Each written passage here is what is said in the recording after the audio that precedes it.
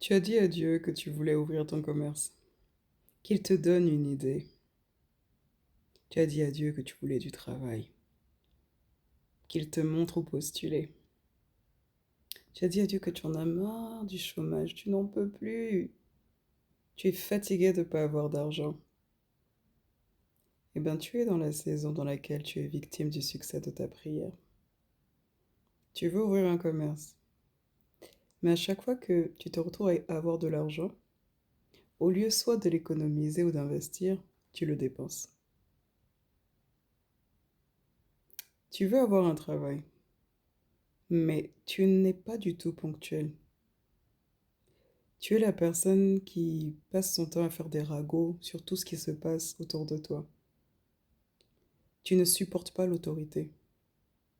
Tu es dans une saison en ce moment où tu es en train d'apprendre le bénéfice de l'autorité, à savoir comment gérer les paroles de ta bouche.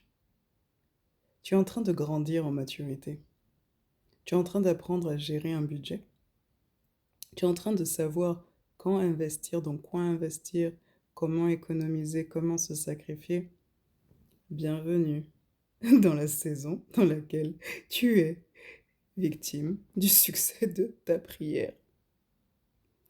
Tu n'es pas au mauvais endroit, bien au contraire. Tu es exactement là où tu dois être.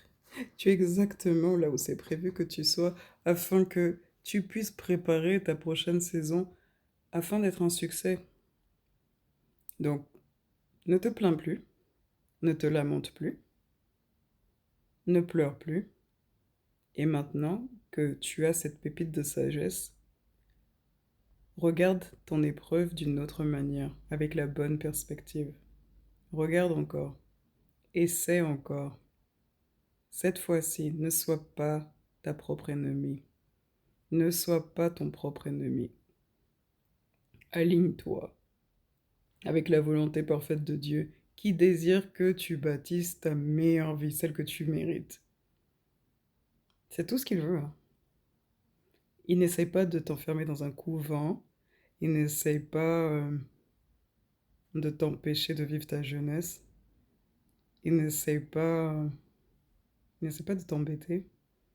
Il veut te faire prospérer, comme prospère l'état de ton âme. Et pour ça, il doit commencer ici, en guérissant tes blessures intérieures. Alors coopère avec lui. Ça te sert à rien de faire un bras de fer avec lui parce que, à la fin de la journée, tu es sûr que toi, tu peux combattre Dieu. Ah ouais? Tu comptes sur quoi exactement? Alors tu me diras, oui, avec Dieu, les choses prennent trop de temps. Oui, les choses de Dieu, ça coûte sur le moment et ça paye plus tard. Mais quand ça paye plus tard, là, ça paye pour de bon.